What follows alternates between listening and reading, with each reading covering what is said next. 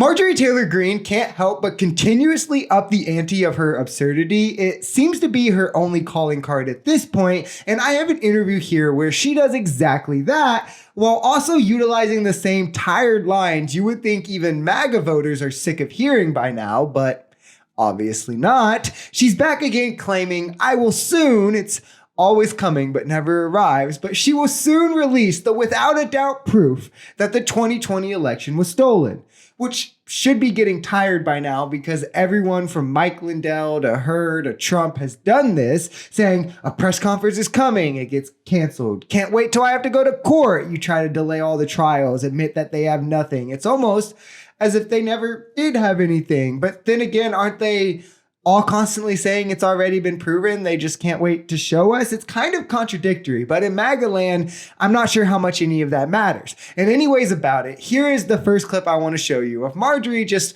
continuing this trend. So when President Trump got on the phone with our Secretary of State, Brad Raffensperger, and said, "Can you find the votes? Where are they?" He was basically looking for ballots. And these ballots have been lost in the mail. And so there was nothing wrong with what President Trump said. As a matter of fact, I think he'll be vindicated easily by a lot of the work that I'm doing and the proof that I'll be showing pretty soon. Someone needs to tell these people they should hold their cards closer. Maybe wait till you have something ready to show before you say, it's coming, so it's not all empty claims. First off, Trump asked for a specific amount of votes, 11,780, the exact amount of votes that he needed. It's on tape. He's clearly pressuring this official who has came out himself and said that it was definitely threatening, trying to get him to find enough votes to flip Georgia his way. And him and Ronna also did this in Michigan. They did this in multiple states.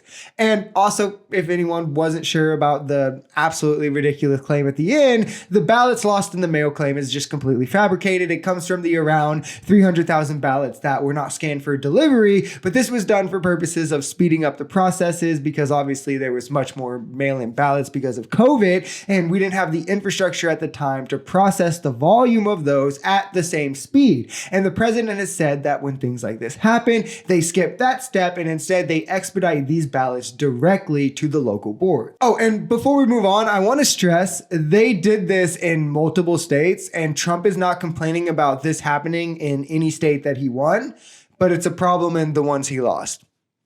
You sit with that. Our government at the same time is funding a war that most people do not support in a country that no one can find on a map hardly. This is just projection at its finest. I would bet that Marjorie couldn't find it on the map. I love how Republicans get a talking point and they run with it till the wheels fall off. This is obviously the Vivek one. Also, majority of Americans do support sending aid to Ukraine, with the support of helping them end the war quickly is rising as well to almost the majority. So what she's saying is completely fabricated. I'm sure nobody's surprised, but also Ukraine represents democracy in a region where that's sparse, represents a border country to NATO, where if a NATO country is invaded, we then have to send troops, our guys, not weapons. And remember, most of the money that is going to Ukraine is never leaving the country. It's going to our own defense contractors, and that downwardly helps our own economy. It's not like we're just giving them stuff. And it represents oppositions to Russia's westward expansion.